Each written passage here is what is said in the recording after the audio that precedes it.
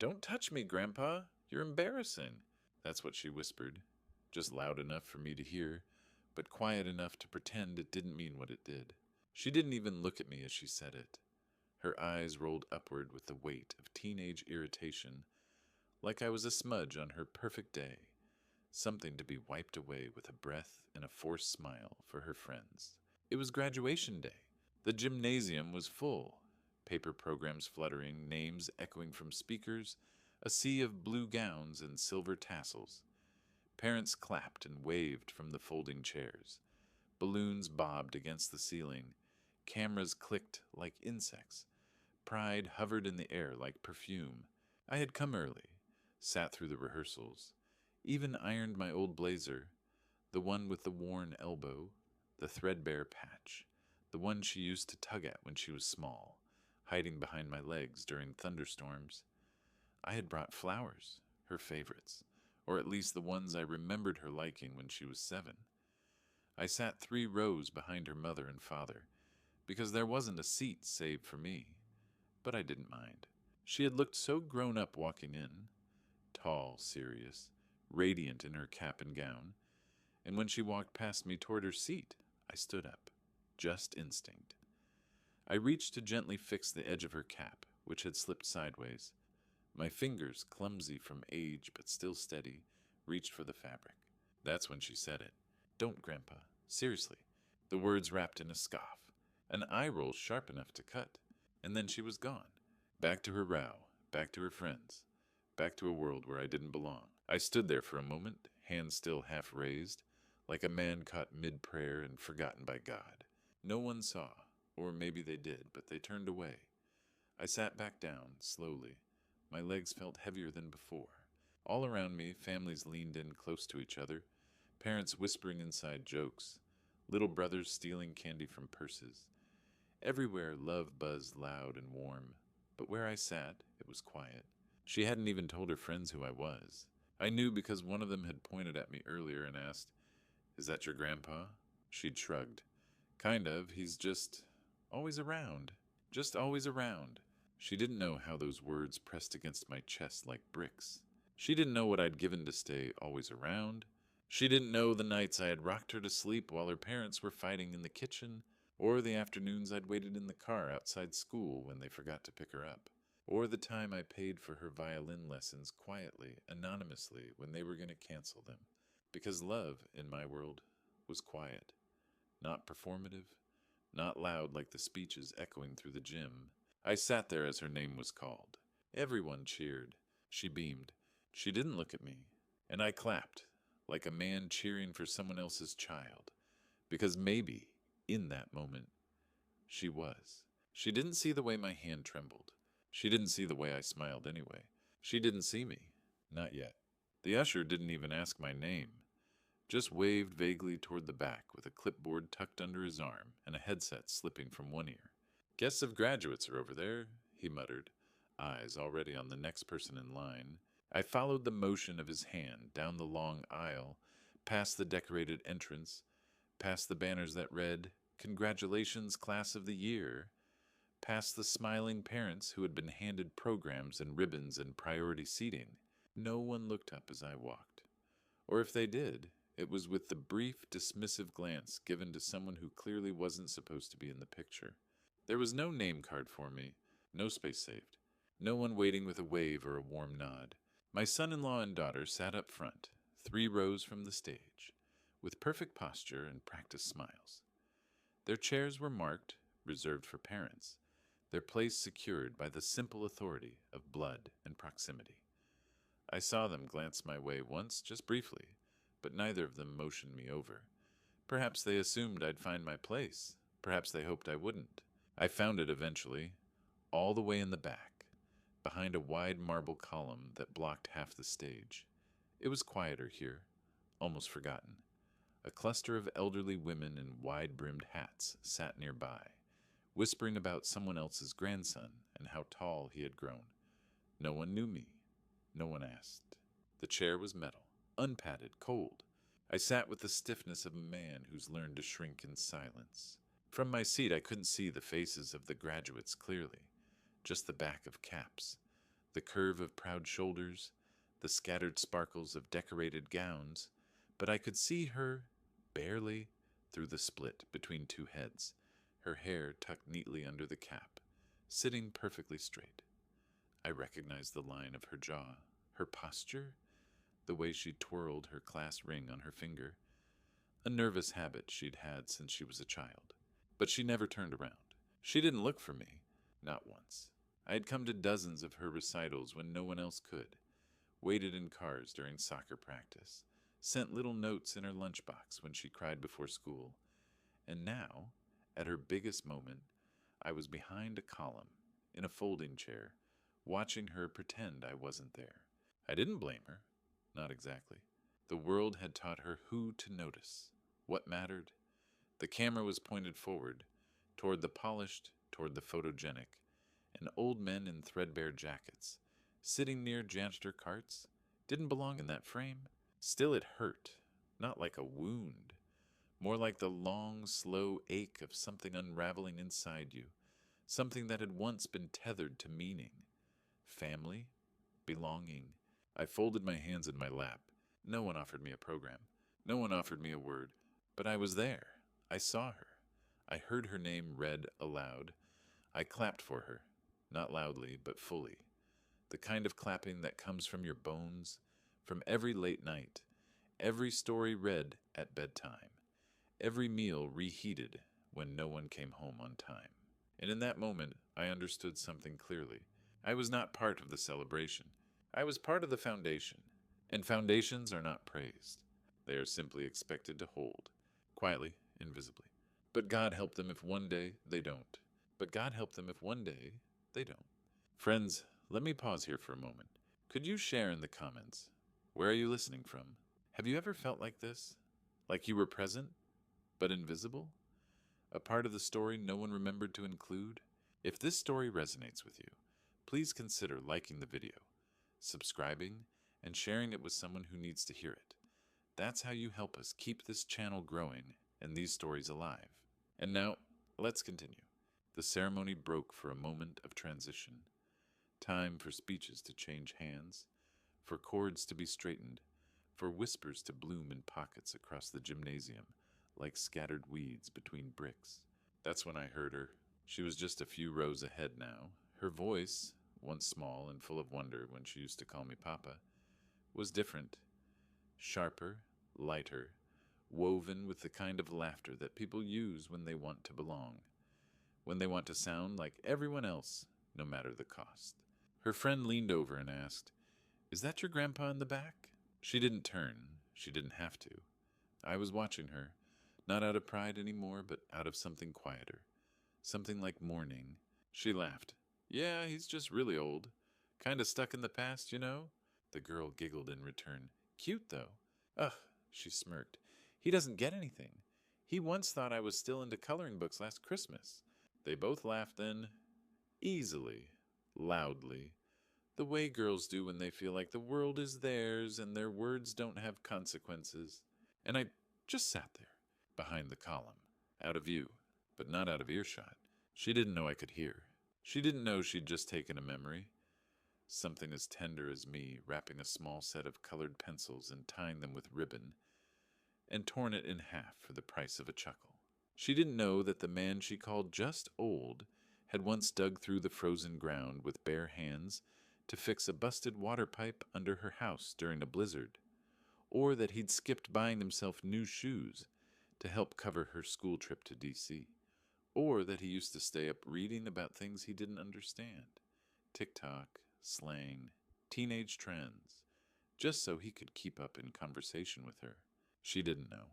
Or maybe she did and forgot, or chose to forget, because remembering made things too complicated. Because pride, when you're young, is a fragile thing. It doesn't always have room for the people who raised you. I looked down at my hands. They were shaking slightly, not from age, but from the force of staying silent, the kind of silence that feels like swallowing glass, that bitter understanding that you're being rewritten in real time, turned from the man who held her first bike steady into some guy who doesn't get it. And still I said nothing, Because I knew if I stood up now, if I interrupted that careless moment and said, "I heard you," she would only roll her eyes again, maybe even shrug, and something inside me couldn't bear being small and resented. So I swallowed it, like I had swallowed so many things over the years. My opinions, my needs, my place, not out of weakness, but because I thought love meant letting them go first. Always. But in that moment, sitting in a chair that wasn't saved for me, listening to a girl I had once rocked to sleep speak of me like I was already gone, I felt something shift. Not anger, not even sadness, just distance. A quiet kind, the kind that doesn't announce itself, the kind that slips into the space between people like mist, cold, slow, unstoppable. She kept talking. I stopped listening. I stared at the stage where the principal was preparing his notes. The podium gleamed under the overhead lights. Banners fluttered on the back wall. The school motto was printed in bold above the graduates. Honor those who came before you. I almost laughed. If they only knew. If she only knew. But perhaps she would. Not now. Not during this ceremony. Not surrounded by polished shoes and applause. But soon, because names, when spoken at the right time, carry weight. Even the forgotten ones. Especially the forgotten ones. I looked down at my hands. They rested quietly on my lap, still, weathered, and lined like dried riverbeds. These were not the hands of a man who'd done nothing. They were not the hands of someone who didn't understand. Once these hands had built bridges. Real ones. The kind that spanned rivers and carried lives across. I remembered the weight of the first rivet gun, the hiss of steel settling into place, the wind on scaffolding 5 stories high. I remembered gripping the rails when the tremors came, standing firm so others could move forward. I had held rope during rescues, chalked blueprints late into the night, scraped rust from beams with bleeding knuckles. I had done work that left blisters and bruises, but also left things standing where before there had been only air and hope. And I'd done it not for applause, never for applause, but because that's what you do when you're trying to build something that will last. These same hands had once held her mother, when she was no older than 6, shaking from a fever that wouldn't break. I remembered walking the hallway with her body curled against my chest, whispering lullabies I barely knew the words to. I remembered carrying her through flooded roads the day our car broke down, my arms soaked and trembling, but never letting go. I remembered holding my wife's hand as she took her last breath, my thumb stroking the inside of her palm, anchoring her as her body let go of this world.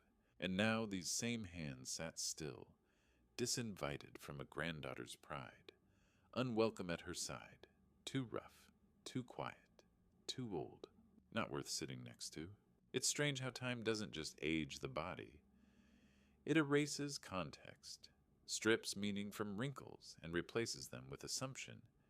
You become someone people speak over, smile past, avoid explaining things to because it's easier to pretend you were never more than this. An old man in the corner with hands that shake and no stories left to tell. But I remembered everything. I remembered the feeling of the first moment she was placed in my arms, tiny pink, squirming, her breath warm against my collar. I remembered how I swore, under my breath, that I'd be her shelter, no matter what. That I'd be the man who never left, the one constant, the one truth. And I had been, through the divorce, through her father's absences, through the nights of crying under blankets, while her mother drank herself numb. I had picked her up from school with a smile and pockets full of peppermint candy. I had written her bedtime stories when she was too afraid to sleep. I had clapped at every art show, science fair, choir performance, sometimes the only one who showed up. But time and pride rewrites things. It had turned my hands into relics, my presence into a placeholder, my love into something embarrassing. She didn't know that these hands had once signed over the down payment for the house she grew up in, or that I had quietly paid the bill for her braces after her parents fought about it for months. She didn't know, or perhaps didn't care to, that while she saw me as someone behind the times, It was my time that had made hers possible. I flexed my fingers, slow and careful. The joints ached, the skin papery and thin in places, but strength still lived in these hands. Not the kind that lifted beams or carried children, but the strength of quiet endurance, of loving without condition. I didn't need her to understand today. But someday she would. Maybe not with words, maybe not with apologies, but one day she'd look down at her own hands, older, worn, trembling slightly, and remember mine. And then perhaps she'd see me again, not as the man in the back row, but as the man who held her world steady when she couldn't even see it. Because that's what love does. It holds, it builds, and even when it's forgotten, it remembers. Friends, if this part of the story touched something in you, take a moment. Tell us in the comments where you're listening from. Have your hands ever been forgotten too? If you believe stories like this matter, please like the video, subscribe, and share it with someone who needs to hear it. It truly helps us keep going. Now let's keep going.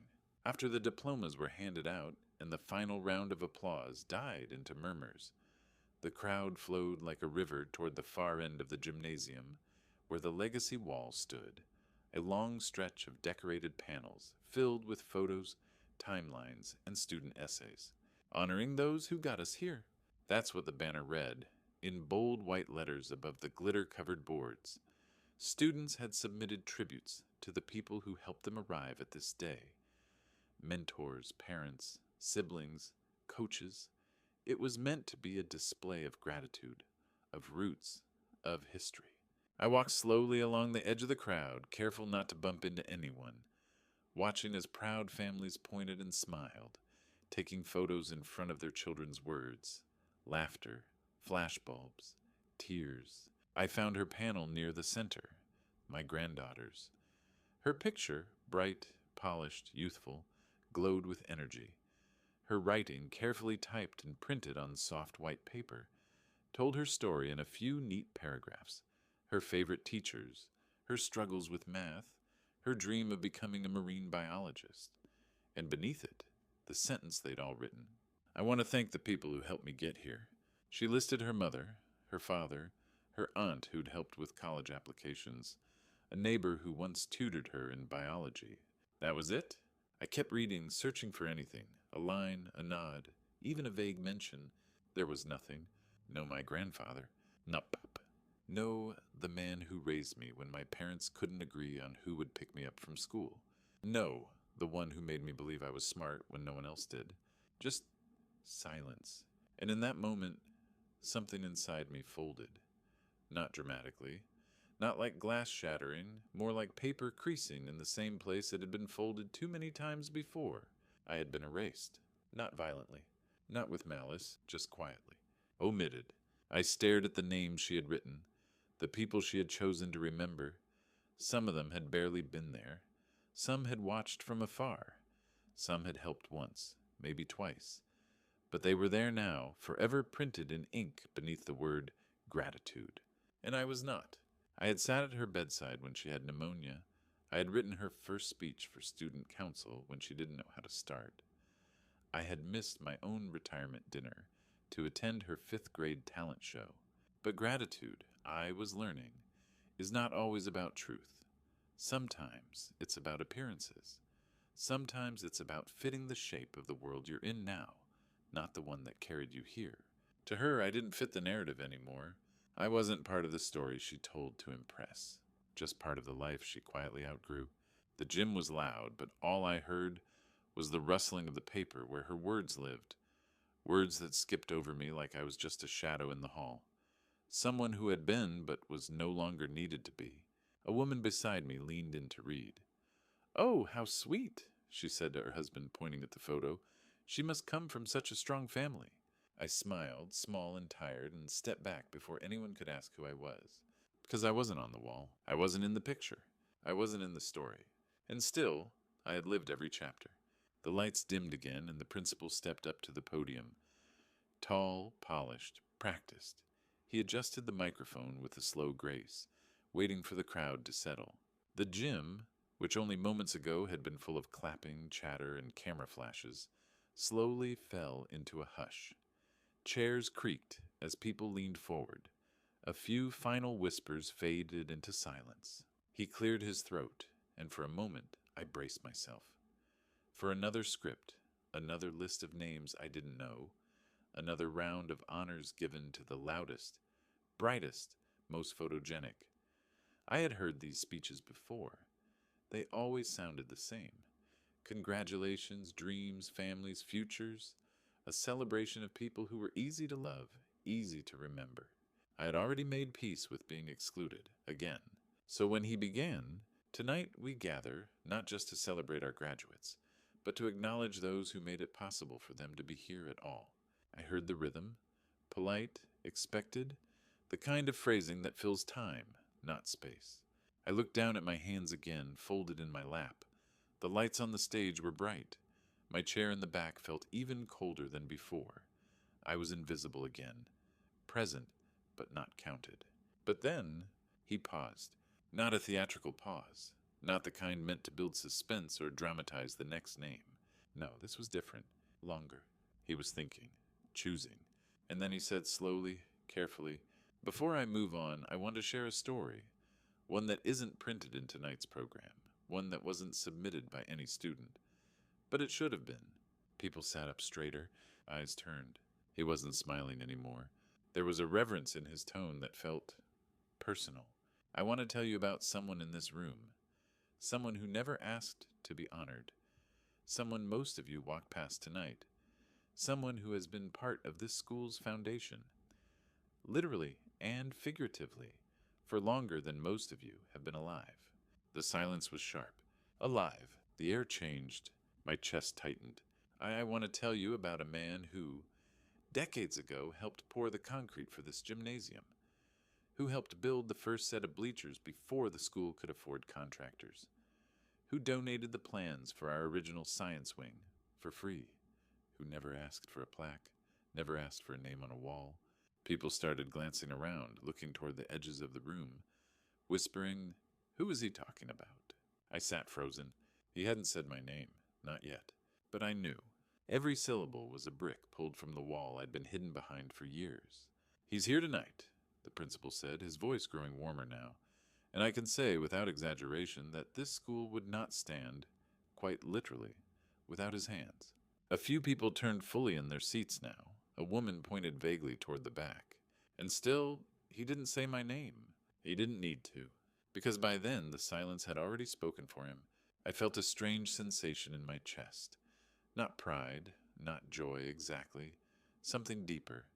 A door quietly opening inside a room I had forgotten I'd locked. The principal smiled now, just barely. "This man is a reminder that legacy is not always loud, that the loudest voice isn't always the most important, that sometimes the quietest presence in the room carries the most weight." And then he stopped again, looked out across the sea of graduates and families, paused, and in that pause I felt the world tilt just slightly, not in my favor, not for glory, but toward truth. A truth that had waited years in silence, a truth too heavy to say quickly, a truth that was finally being heard. "There's someone among us tonight," the principal said again, this time slower, like he wanted the words to settle into the floor, the walls, the breath of every person in the room. "Someone who changed this school long before there were LED lights and polished floors, before the walls were this tall and the paint this new." He looked out across the audience, and this time he looked directly toward the back, not searching, not guessing, knowing. The crowd followed his gaze. I felt a strange pressure in my chest. Not pain, not panic, but something ancient, something like memory trying to stand back up after years of being bent over. For a split second I wanted to disappear. Old instincts. Don't make it about you. Stay small. You're just support. But it was too late. "I was 10 years old when this gym was built," the principal continued, his voice softer now, almost like he was talking to a memory. "I used to ride my bike past the chain-link fence every day and peek through the slats. I saw a man working from sunrise to sunset. No crew, no noise, just one man and his tools. day after day. Somewhere near the front, a few people leaned in closer. That man wasn't hired, he said. He volunteered, brought his own lumber, his own blueprints, his own strength. He showed up before anyone believed this school would even open its doors. I looked down at my hands. They were still. I could still feel the cold weight of that lumber, the blisters, the sweat soaking through my shirt in the middle of July. I could feel the ache in my back, the cut I wrapped with duct tape when I ran out of gauze, the sound of the first basketball bouncing on the wooden floor I laid down with my own hands. My granddaughter was turned now, her head slowly angled back toward me. I saw the realization starting to settle in her eyes, a kind of widening. A soft breath caught in her chest. She looked at me as if seeing something she didn't know had been there all along. The principal stepped from behind the podium now. Most of you don't know this, he said, because he never told anyone. But without him, there would be no gym, no place for this very ceremony, no court, no bleachers, no stage. He didn't do it for credit. He didn't even ask for a nameplate. He just showed up and built. He paused. Then the words landed. He built this gym with his own hands. There it was. My breath caught, not because of the honor, but because someone remembered. The air shifted.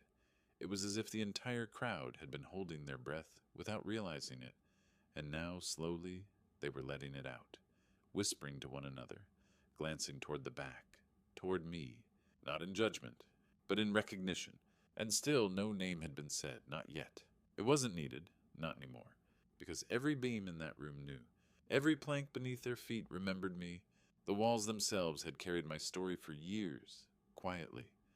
And now, finally, someone had listened. It wasn't the kind of legacy that ended up in newspapers or on the internet. It wasn't dressed in honors or polished in speeches. It was the other kind, the kind that holds people up while letting them shine, the kind that doesn't ask for thanks, the kind that never needs to be loud because it knows its worth is built into what lasts. I sat still, because the truth doesn't need movement. It just needs to stand and be seen. The principal didn't rush the moment. He let the name echo.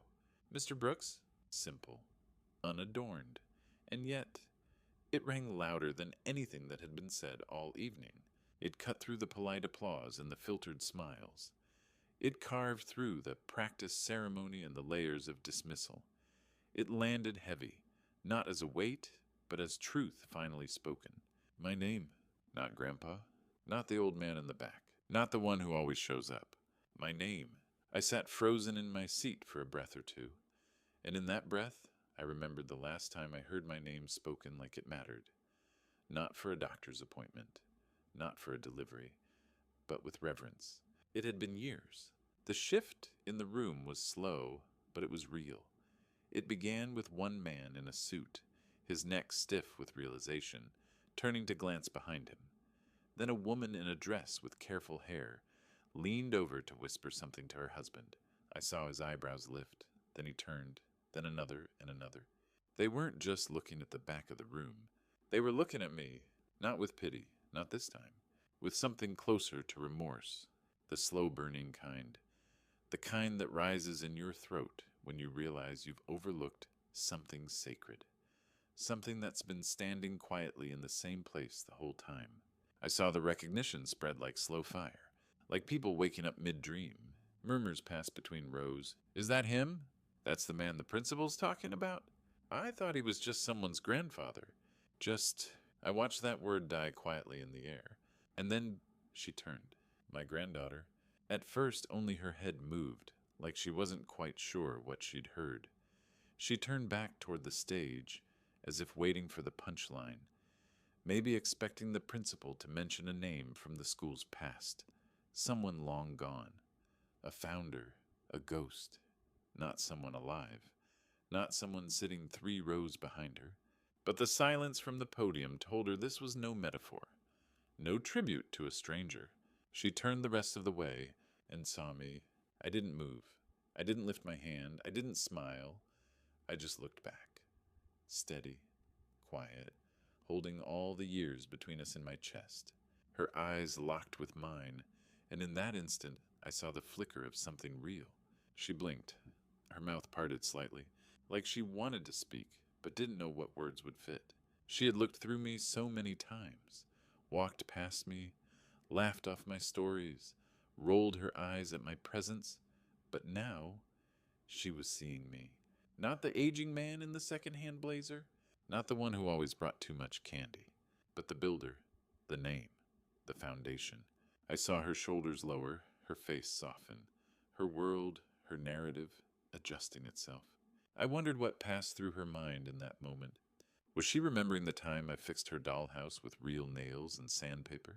The summer I taught her how to skip stones while her parents fought on the porch? The quiet rides to school when no one else remembered the early band rehearsals? Maybe. Or maybe she was just beginning to understand. The principal said nothing more for a moment. He didn't need to. The silence was doing the work. The silence was correcting the story. For years I had lived in the footnotes, in the margins, in the background of photos. But now I was in the sentence.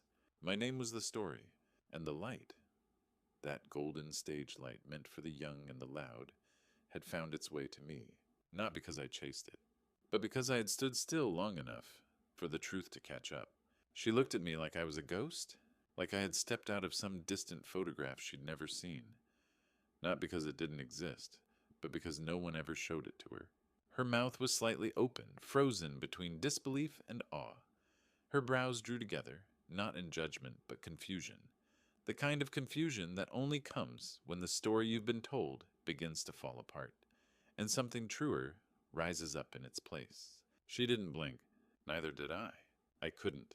My chest rose slowly as I took in the moment, my breath heavy and sharp. I wasn't sure whether I was trying to calm myself or just prove to my own body that I was still there, still real, still allowed to be seen.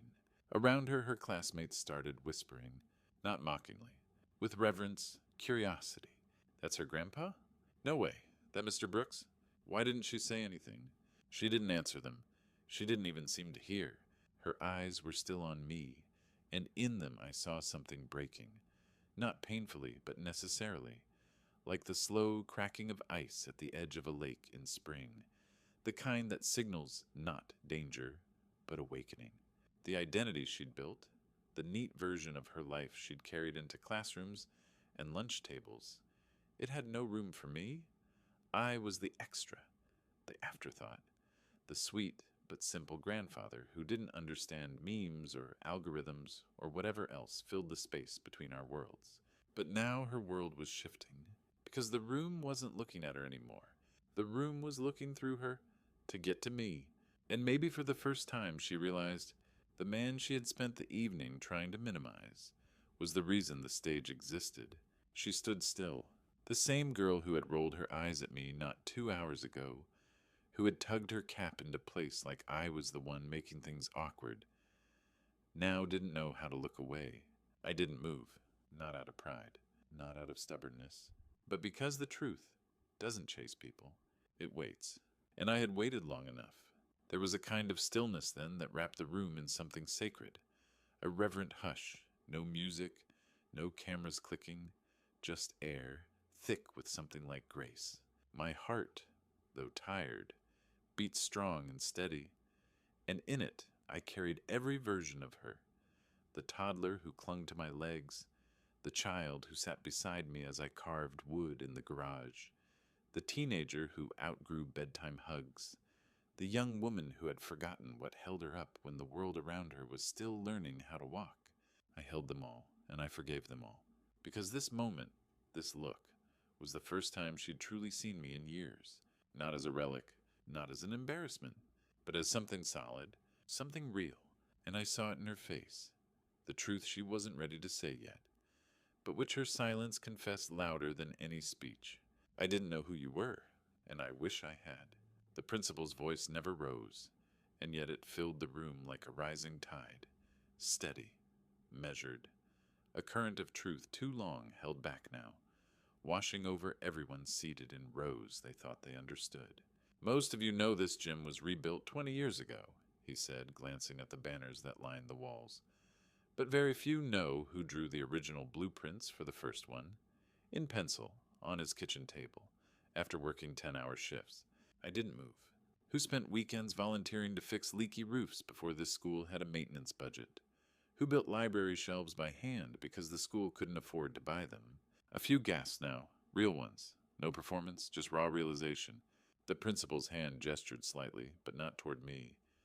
Just open, like he was laying each word on the ground for people to kneel before. This man was the one who petitioned city council to install the first crossing guard at the intersection out front. The man who paid, quietly, anonymously, for the paving of our first bus loop when the district ran out of funds. The one who made sure your children didn't have to wait in the street when it rained. I felt it in my chest, each line like a returning breath. Each memory spoken aloud stitched a piece of me back together, like hearing a song I didn't realize had been silenced. My granddaughter was still looking at me. She didn't blink. Not now. And beyond that, the principal continued, his voice thickening just slightly, he was the first graduate of this school to ever receive the Medal of Public Service from the mayor's office. The room, stunned, turned toward whispers again, but not the sharp ones from earlier. Not the dismissive kind. These were softer now, heavy, filled with that unmistakable weight that follows a long overdue truth. I hadn't thought about that medal in years. It was in a drawer. No case. No display. I didn't need to look at it. I'd never done any of it for the medal. And yet hearing it spoken now, hearing my story pieced together out loud in a place where I had once been just a shadow, it felt like someone had reached into the quiet corners of my life and said, "We see you. You mattered. We remember," not because I demanded it, but because what is real, what is built with love, lasts even in silence. The principal looked down for a moment, like he needed to steady himself. Then, lifting his gaze, he said the line that broke the room, open completely. If this school stands today, it stands because he did. Somewhere near the front, a woman began to cry. Not a loud sob, just the sound of someone breathing through something they hadn't expected to feel. And me? I didn't cry, but I felt the tears press quietly behind my eyes, not as sadness, but as weight lifting. Years of invisibility peeling away like old wallpaper, revealing the truth underneath. I had never stopped being part of this place. They had just forgotten how to look. My granddaughter lowered her head for a moment. Her shoulders trembled. I saw her hands clasped tightly in her lap, like she was holding on to something she didn't want to lose again. I didn't need her to say anything, because this was the apology. Not from her lips, but from time itself. From the world cracking open at last to let the truth breathe. Each title the principal listed, each contribution pulled from memory and placed like a stone before the altar of this school's future, wasn't just an accolade, it was a hand reaching back through time, offering me back my place. I had never needed the spotlight, but I had needed to know, just once, that someone remembered the cost of the foundation beneath their feet. She didn't rush. After the applause, the real kind, not the forced clapping that fills time, but the kind that rises from a place of quiet awe, she stayed still. Everyone around her stood, turning to see me, to murmur words like amazing, and I had no idea. But she remained in her seat, processing. I could see the shift in her shoulders, no longer rigid, no longer trying to be seen by everyone around her. Now she was trying to see me. When the ceremony ended, people slowly made their way toward the reception tables, the photos, the balloons, toward small talk and cookies and group pictures. But she came to me, not in a sprint, like a child, not in hesitation, like a stranger. She walked the space between us like she was crossing years, not meters, like each step mattered. She stood in front of me for a moment before sitting. No phone in her hand, no distractions, just her in this moment. And for the first time in years, maybe since she was little, she looked me in the eyes. No eye roll, no polite smile, no performance, just truth. She sat beside me, close, as if needing to be within the radius of something she hadn't known was sacred. I turned to her softly, and she whispered, "Why didn't you ever tell me?" There was no blame in her voice, no accusation, only something quieter, something that sounded like sorrow. I smiled, just a little. 'Cause how do you explain to someone that the greatest stories aren't always told out loud? That sometimes the ones who carry the most weight walk the quietest? How do you say, Because the point was never to be praised. The point was to protect, to build, to serve. Because if I had made it about me, it would have stopped being for you. I looked at her, really looked, and in her eyes I didn't see the girl who had once brushed me aside. I saw the woman she was becoming, a woman brave enough to ask hard questions, brave enough to listen to the answer. I didn't give her a speech. I just placed my hand over hers, the way I used to when she was small and scared of thunder. She didn't pull away. And then I said, quietly, because love builds in silence, and I never needed you to know what I gave. I just needed you to grow. Her eyes filled with tears, not of guilt, but of awakening. She leaned her head gently against my shoulder, like she used to when stories were told before bedtime. Before shame and pride and distance built walls between generations, we sat there, two names in a story finally joined by truth. Not in a spotlight, not in a headline, but in something far greater, understanding. She didn't say thank you. She didn't have to, because the way she looked at me said more than words ever could. I didn't answer her right away. Not because I didn't know what to say, but because the moment was too full for words. Around us, the chatter of the reception had begun again, plates clinking, laughter, distant conversation. But in our little corner of the gymnasium, time felt suspended, like the world had paused just to let this truth settle. I looked down at our hands, hers, warm and trembling, mine, rough with the memory of every beam I'd carried, every nail I'd driven, every blueprint drawn in the quiet hours before dawn. In that gentle squeeze, I felt the entire arc of our relationship. The way she used to clutch my finger when she was afraid of the dark. The way she pulled at my sleeve when she needed comfort. The way she pulled away as she grew older and thought she no longer needed me. I smiled, not the grand, showy kind, but the small, knowing smile of someone who understands something simple and profound. I felt the corners of my heart lift, as if a burden I hadn't known I was carrying had at last been set down. Love doesn't need credits.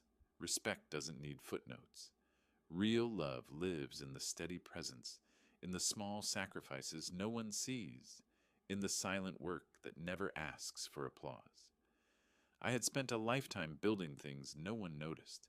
Library shelves that held thousands of stories, a bus loop that kept children safe in the rain, a gym that echoed with young voices long after the lights went out, and I never once paused to ask for thanks.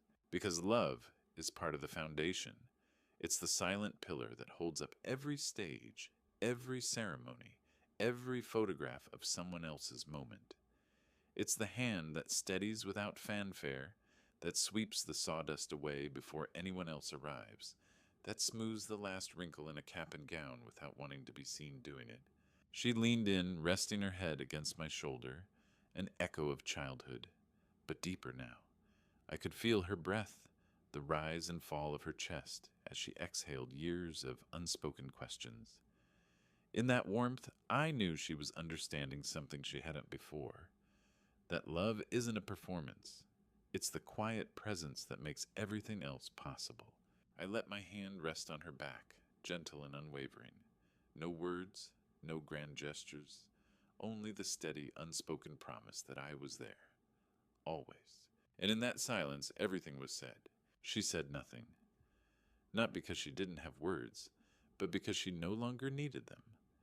We sat side by side on the metal bleacher, the echoes of cameras and half-spoken congratulations drifting around us like dust motes in the dying light. Her shoulder pressed against mine, light at first, then with a quiet insistence, and I felt the familiar smallness of the little girl who used to curl into my lap at story time. Only now she was nearly as tall as I was, her school gown pooling around her knees, her cap lying forgotten in her hand. In that stillness, the years between us unraveled. Every moment I had spent showing up, every recital, every parent-teacher conference, every scraped knee I bandaged before she even knew to cry, came rushing back in a single wordless wave. I didn't see embarrassment in her gaze anymore, just a softness that glowed faintly, like embers rising from ashes. She leaned her head against my arm, and I felt her inhale deeply, as if drawing in all the unspoken memories we'd let slip away. Sometimes the deepest apologies aren't carved into plaques or spoken into microphones. They're carried in the careful space you leave beside someone, in the unhurried stillness, the unbroken presence. And here, on these hard bleachers in a crowded gym, our silence spoke of forgiveness more powerful than any "I'm sorry" could be. I closed my eyes for a moment, feeling the slow rise and fall of her breath, and remembered the nights I stayed awake when she was sick, the afternoons I spent teaching her to ride without training wheels, the mornings I woke early to surprise her with pancakes, all those love-filled hours I'd carried alone, without fanfare or need for thanks. Now, in her quiet company, I realized she understood. She carried that love forward, not as an obligation, but as a gift she was ready to return. We stayed like that until the hall emptied and the lights dimmed, two generations reunited in hush. And when she finally stirred, her eyes met mine with something like peace. No words were needed, because sometimes the greatest healing comes not from speaking, but from sitting close enough for two hearts to share the same beat. When the last parent drifted out of the gym and the lights dimmed to a softer glow, the principal raised his hand in the faint hush that remained. In that instant, every person still seated rose as one, chairs scraping, gowns rustling, a rising tide of respect that filled the cavernous room. I froze, heart pounding, uncertain whether I should remain hidden in the back where comfort lay, or step into a moment I never sought. Then I felt her small hand slip into mine, steady, warm, insistent. My granddaughter, who had learned the weight of quiet love and the power of silent sacrifice, gave my fingers a gentle squeeze. Without a word, she guided me forward, weaving through rows of standing families and friends, her grip sure as a compass, guiding me toward a truth too important to resist. My legs moved before my mind could protest. Each step carried the memory of every day I had shown up, even when I was unwelcome, even when I thought I was invisible. The polished floor reflected our shadows, a girl and her grandfather, walking side by side into the light of acknowledgement. The crowd stretched out before me, faces full of awe and apology, turned not toward a celebrity, but toward the man who built the very stage beneath their feet. I felt tears sting behind my eyes, not from triumph, but from the tender realization that respect is not an echo of words. It is carved in deeds. It is the steady hands that built playgrounds, the late nights spent repairing leaky roofs, the early mornings delivering breakfasts to sleepy children who needed someone there. It is presence itself, unwavering. At the foot of the stage, the principal offered his hand, a silent invitation. I took it, not for the honor, but for the promise it made to her, that actions speak louder than titles, that love shown over decades is worth more than any spotlight. She watched me climb those few steps, her eyes shining with pride I had long forgotten I deserved. In that rising ovation, slow and genuine, I felt the weight of every handshake I had skipped, every dinner table I had left empty to be here for her. Every night I whispered prayers for her safety. The applause washed over me like a tide, not lifting me on a pedestal, but swelling around me in gratitude. I stood beside the principal, the microphone distant now, because no words were needed. She didn't need a speech. She needed to see that respect is lived, not proclaimed. That legacy is built in quiet moments, not on grand stages. And in that standing ovation, she saw it. Not as a show, not as an obligation, but as a promise kept. And when the clapping finally softened into a gentle hum, I looked down at her, my granddaughter, the one who had rolled her eyes at me, who had learned again to look with her heart, and I knew this moment was ours, a shared understanding that true honor is silently earned and generously given.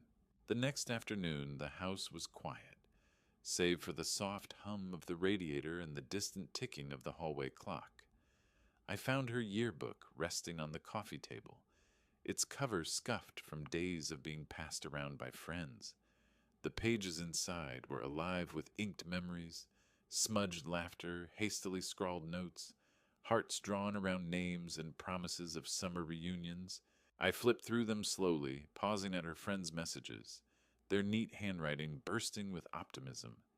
There were doodles of inside jokes I didn't understand, birth dates, phone numbers, proof that the world was wide open for them now, full of possibilities I had quietly built into every foundation of their lives. And then I reached the very last page. It was blank, save for a single entry written in her careful script. My hero wore no cape, just calloused hands, quiet eyes, and my last name. Beneath it, like the final act of a play I had long ago written but never seen performed, was my name. Mr. Raymond Brooks, written not as an afterthought, but as the centerpiece of her gratitude. I closed the book and held it to my chest, feeling the slight indentation where the pages had been turned. The words echoed in my mind, stirring a warmth that spread from my chest into my fingertips. Calloused hands, I had always hidden those scars under gloves or tucked them beneath my sleeves, as if they were secrets unworthy of display. Quiet eyes people assumed were dull with age, when in truth they had watched over generations with a kind of vigilance no spotlight could match. And her last name, our shared name, binding us together in a legacy that no ceremony could fully capture. I thought back to the early mornings building the bus loop, to the nights spent installing library shelves under a single bulb, to the afternoons I spent teaching her science experiments in my dim workshop. All those moments had felt ordinary, simply the work of love. Yet here, written in a girl's yearbook, they had become extraordinary. Tears gathered unbidden as I traced her words with a trembling finger. Pride washed through me, not the hollow kind that seeks applause, but the deep, settling pride of a man who has been seen, finally, by the person who matters most. I closed the yearbook gently and placed it on the mantel, where it would rest among the few treasures I kept for my life's work. Outside, sunlight filtered through the window, casting a golden glow across the room, warm, steady, and unwavering, much like the love that had built both a school and a family. In that light, I understood that true heroism doesn't need capes or ceremonies. It lives in the quiet hands that shape the world, and in the hearts that remember those deeds with pride. And in her words, I found the final piece of my own story, written not in speeches, but in the proud ink of her lasting tribute.